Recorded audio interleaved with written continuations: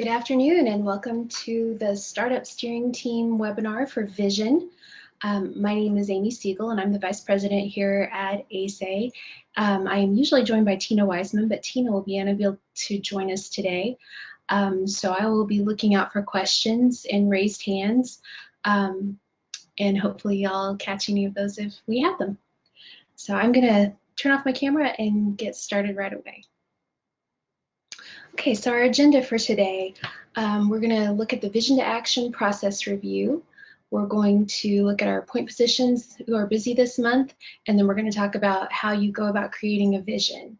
And I'll just say this is one of my favorite activities we do here with the Vision to Action process. For me, this one is really energizing.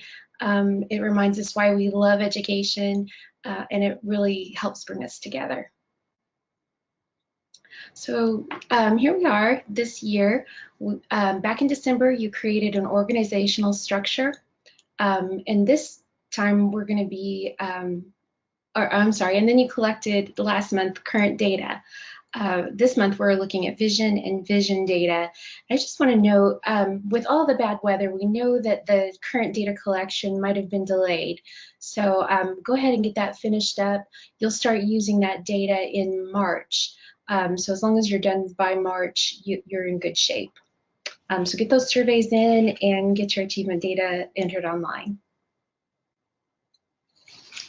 The folks who are busy this month, again, I mentioned that the achievement data and root cause data folks might be finishing up their data collection, so I put them in the light orange. And then our folks who are busy this time around, our council discussion point person is actually facilitating the steering team discussion, and then our council consensus person will be bringing the steering team to consensus. So those folks are busy this month, and hopefully also assisted by the student body point person who will be much busier next year, and the intervention development person who's typically busy May through June. So this is our agenda for looking at vision. What is a vision? Why do we vision? Core convictions, discussion, and steering team decisions. So a vision is a lofty, bold statement of the way our school will be if all of our dreams for kids come true. Visioning requires us to think out of the box. It asks the question, what could be in our wildest dreams? Vision is different than a mission statement. A vision is a detailed description of an ideal world. It's a lofty and bold dream, as I said. A mission is a brief statement that says that it's the aim of the school to move toward the vision. Vision is also different than a goal. A vision is a detailed description of an ideal world, while a goal is a realistic step between the current vision, the current situation, and the vision. It's reachable within a certain time frame. Joel Barker, in The Power of Vision, said, "Vision without action is but a dream. Action without vision just passes the time. Vision with action can change the world." And so we start with vision. We often get asked the question, why create a vision? Why do we have the month of February set aside and put this time in? So we're going to go over some practical reasons that we do this. Sorry about that. Okay, so we seek to improve our schools for all kids so that they may compete globally for high-skilled jobs. And as you can see here, we have some information about economic development, about average manufacturing wages, about high-skilled jobs.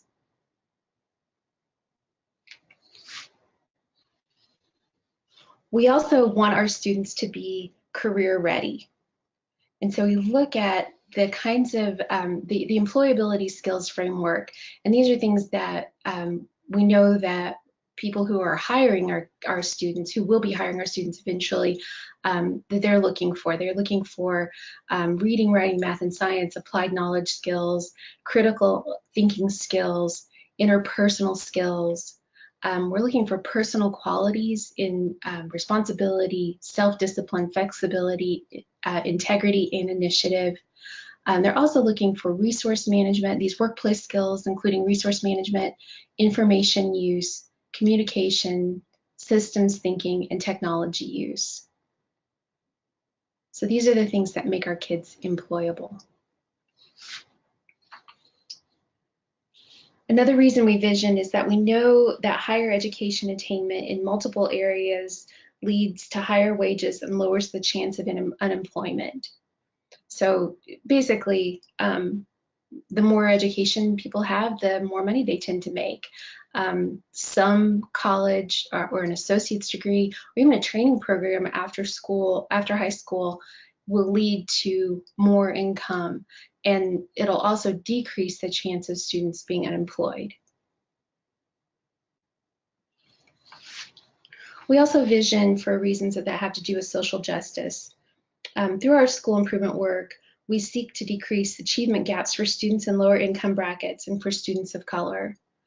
We know that this is part of our call, is to decrease those achievement gaps so that all students can be successful and participate in a global economy. Because of these practical reasons, we must dream big for all kids. So that's the why. Now we get into the how. Core convictions. We base the vision on our personal core convictions. And core convictions are the beliefs that we hold in our hearts about kids, learning, and education. Some examples of core convictions. All students deserve to grow up in a culture of high expectations. All students deserve to master rigorous standards. All students deserve to be engaged in their learning. All students deserve to have an adult to guide them. Those are just a few examples of core convictions. So as you get into your steering team discussion today, or hopefully you'll have it scheduled very soon, we ask that you brainstorm in your heart, what do all students in your school deserve? What are your core convictions? And we just, however you want to do that, put a big piece of paper on the wall and write those down. And again, we challenge you to dream big and to think about all kids in your building. And then based on those core convictions, and this would be, if you're brainstorming on big pieces of paper, a new piece of paper for each of these areas. If all of your dreams for kids came true in your ideal school, what are the adults doing? What are the students doing? And what % of students are passing both the state math and English language arts tests? And we can also look at other indicators. What would our graduation rate be if we're a high school? What would our, any achievement data metric that you'd like to look at, what would the % of students be who are meeting that metric? So again, this is one of those things where we really want you to look in your heart and to think about why you became an educator, to think about students, and if it helps to picture those kids, and think about what your hopes are for them, and then what your school would look like if we could make all those dreams come true. So that is your steering team discussion. After your steering team discussion, you need to decide who will draft a vision statement based on the steering team discussion. And then the council consensus point person will send the draft to all steering team members for consensus. And the consensus questions, as always, are: can you live with this? Can you support it publicly? And if the answer to either of those is no, what would have to change in order for you to do so? And then the third step in this will be to decide who will finalize the vision statement based on the consensus feedback and who will enter it online. Please make sure that you include these decisions in this month's discussion summary. Tina will be looking for those. Okay, now we're going to switch over to the online system and look at the tools we have for you.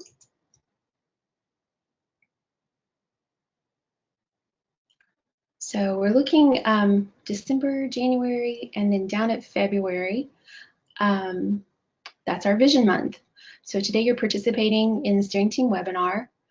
In our second step, we ask that you review ACE's Elements of High Achieving Schools, and that's a download. When you click on that icon, it'll download it for you. This is really based on the wisdom that Sue Reynolds, our president and the founder of ACE, all she's gleaned from working with schools for, gosh, over 20 years now. These are things that we find that schools who change their culture, who are high achieving schools, these are things that they do, things that they consider very carefully. We want you to conduct your steering team discussion in step 3. And I just want to open this up. This goes to the manual. And we have some tools in Vision. So today's slides will be step 3.1, or I'm sorry, in your manual, it's 3.1.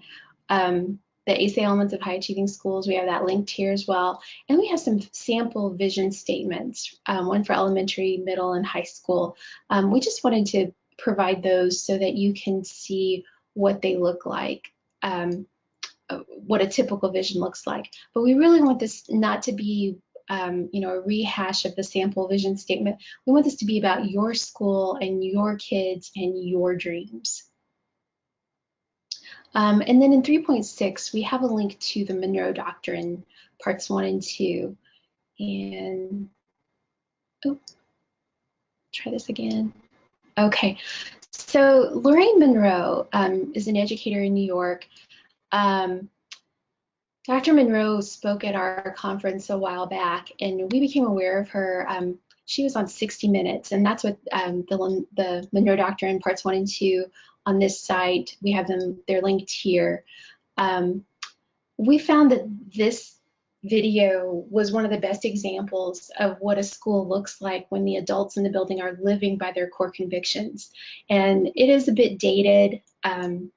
Yeah, this has been quite a while ago, but it's still, I've never seen more obvious examples of educators and a principal who are living by their core convictions. It's also just inspiring, and it's not something that we're saying your school needs to be like this. We're just saying when you watch this video, you can see, you can tell what the teachers and the principal and the school believe based on their actions in their classrooms and in the hallways. And with the interview with Dr. Monroe, that becomes very obvious. So we encourage you to watch this. It's definitely worth your time. And like I said, it is a bit dated, but it also just is a good way to think about core convictions. So we have that again, it's linked on your manual page. We'll go back to the process. So after your discussion, we'll have you enter your steering team discussion summary as always. And we ask who the minutes were written by, the date, who facilitated the discussion, and then the meeting participants. Just be sure to check off everyone who attended and then enter the meeting minutes here and save. And after you save, you can go back to the back to the process page and submit that for review. So that's the discussion summary.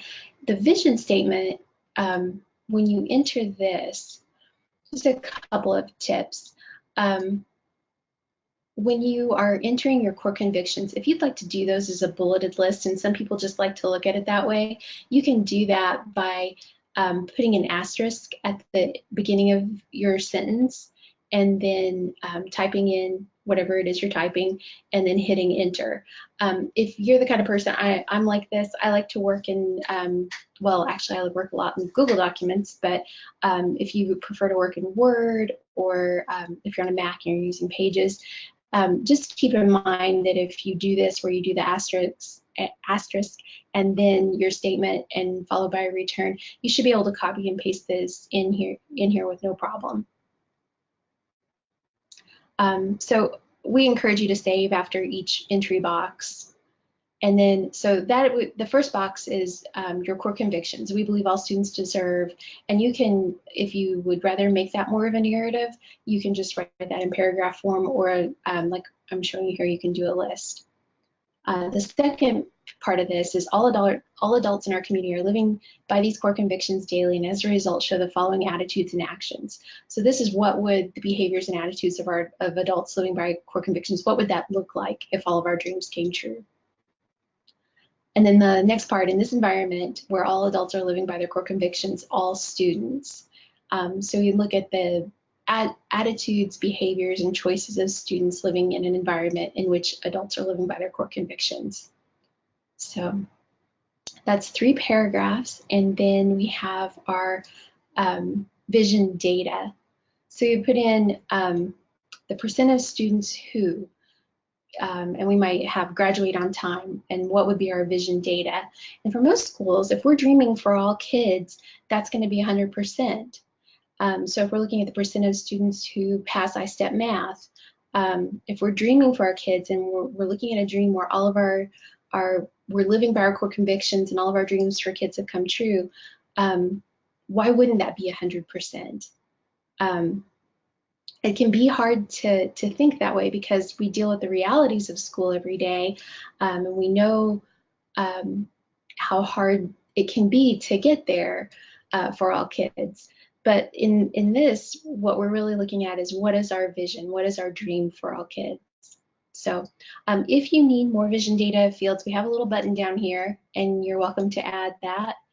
And that'll just, well, I don't have these filled out. So when you're finished, you can just go ahead and save that and go back to your process page. Come down to vision. You can open the report, and you'll see where the asterisks become your bulleted list, if that's what you like. When you have consensus on your vision statement, go ahead and submit that for review. While we're here, let's go ahead and look at our rubric items for this.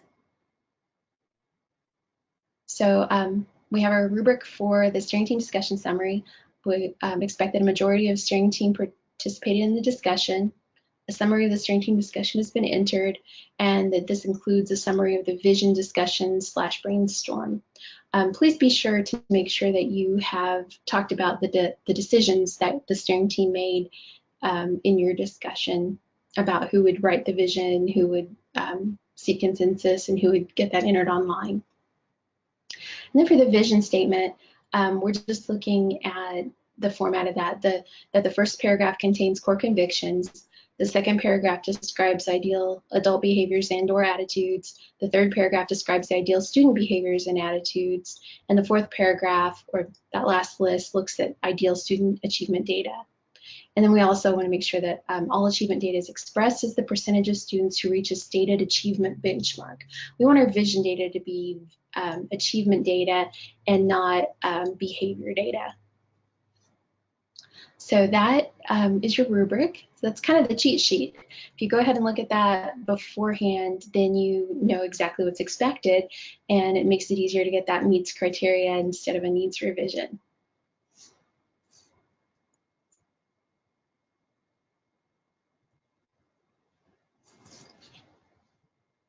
Okay, so I'm going to check and see if we have any hands up or any questions entered. And I don't see any, so if anybody does have questions, please go ahead and break in. If you need help as you are going through this or setting up your discussion, if any of this is unclear, be sure to give Tina a call. Tina's number is 812-349-4142. You can always reach her at Weisman, W-E-I-S-M-A-N, at asainstitute.org. And just get with Tina if you have any questions about your vision and how to do your discussion or how to enter that online.